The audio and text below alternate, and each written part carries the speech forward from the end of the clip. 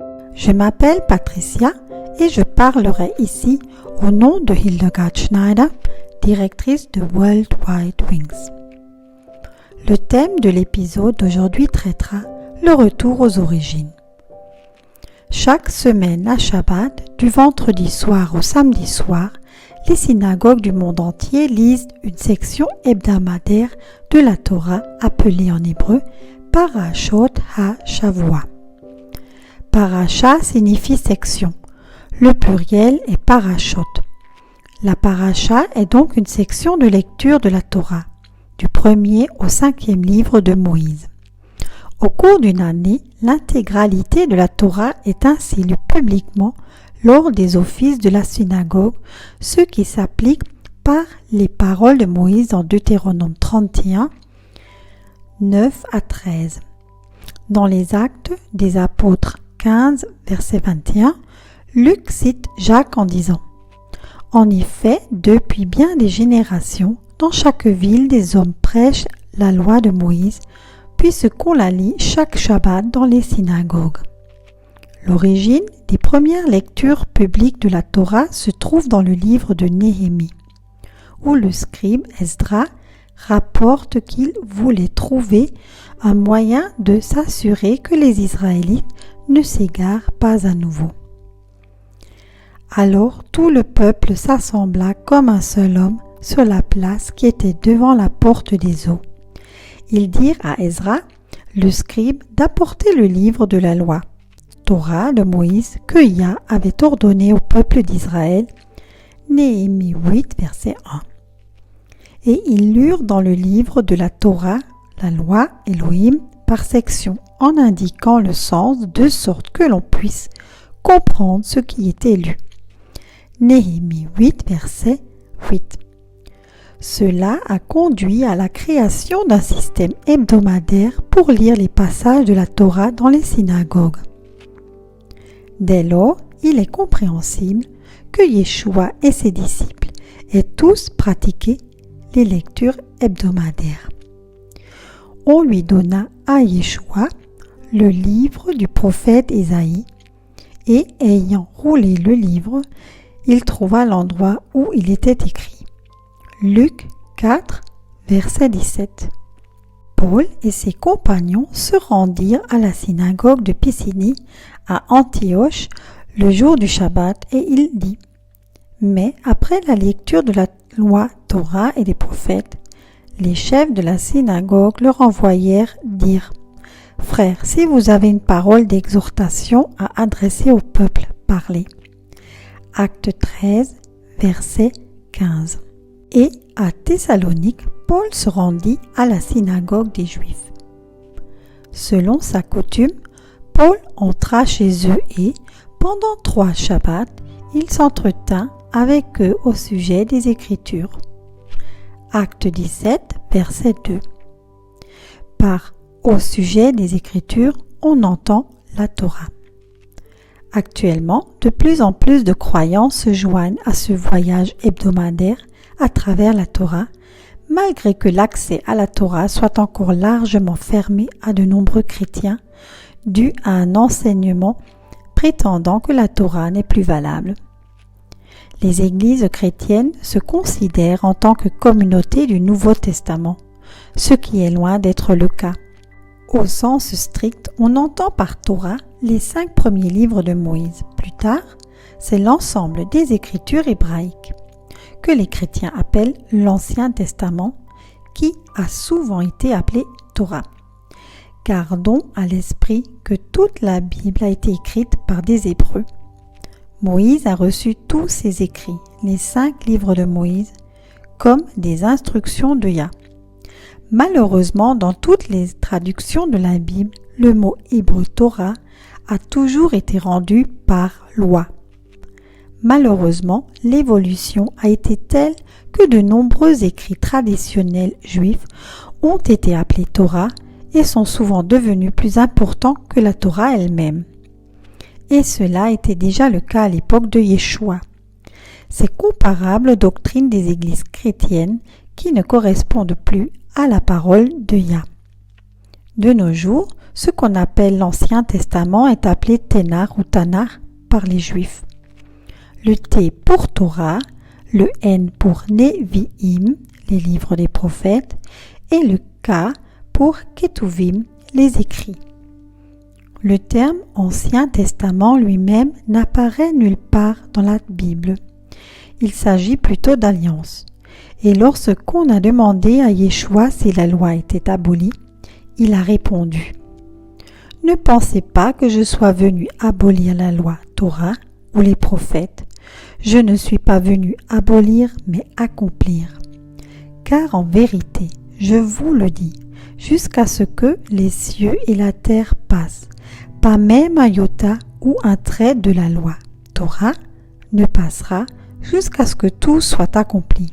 Celui donc qui supprimera l'un de ces plus petits commandements et l'enseignera aux hommes sera appelé le plus petit dans le royaume des cieux. Mais celui qui les mettra en pratique et les enseignera sera appelé grand dans le royaume des cieux. Matthieu 5, versets 17 à 19. Accomplir, pas dans le sens de terminer, le mot grec pour accomplir est pléro.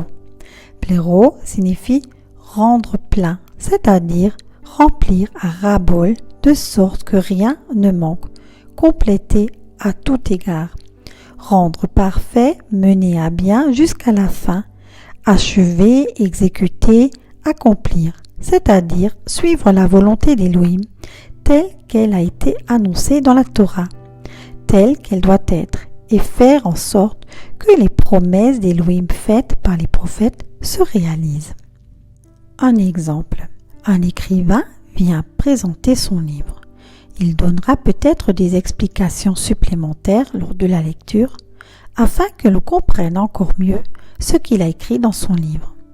Il ne supprimera rien du contenu lors de la lecture. Yeshua est venu pour donner toute sa signification à la Torah. Les deux écrits, le Ténar et la Nouvelle Alliance, c'est-à-dire ce que l'on appelle le Nouveau Testament, sont un seul et même moule et travaillent main dans la main. On ne peut pas les séparer l'un de l'autre. Le Ténar est le fondement de l'Alliance renouvelée. C'est sur ce fondement et cette connaissance que se construit le renouveau. Si l'on commence à regarder un film au milieu ou à lire un livre à partir du milieu, on arrive inévitablement à des conclusions erronées. Nous ne devons en aucun cas négliger le fait que la Bible à partir de laquelle Yeshua, les disciples et Paul ont enseigné était le Ténar hébreu, et que c'est à partir des Écritures qu'ils ont enseigné l'Évangile. C'est un message du Ténar. Il n'y avait pas encore de Nouveau Testament. Yeshua n'a pas inventé un nouveau salut. Il a accompli ce dont il était déjà question dans le Ténar. Par exemple, le verset suivant se réfère aux Écritures hébraïques. Toute Écriture est inspirée d'Élohim et utile pour enseigner, pour convaincre, pour corriger, pour instruire dans la justice. De Timothée, chapitre 3, verset 16. De même aujourd'hui comme hier, les paroles du Ténar sont utiles pour convaincre, pour corriger et pour instruire dans la justice. Les disciples, ni Paul, n'avaient alors la moindre idée qu'il existerait plus tard quelque chose comme les Écritures renouvelées, le Nouveau Testament.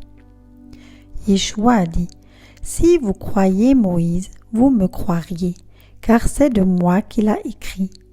Mais si vous ne croyez pas ces écrits, comment croirez-vous mes paroles ?» Jean, chapitre 5, versets 46 à 47.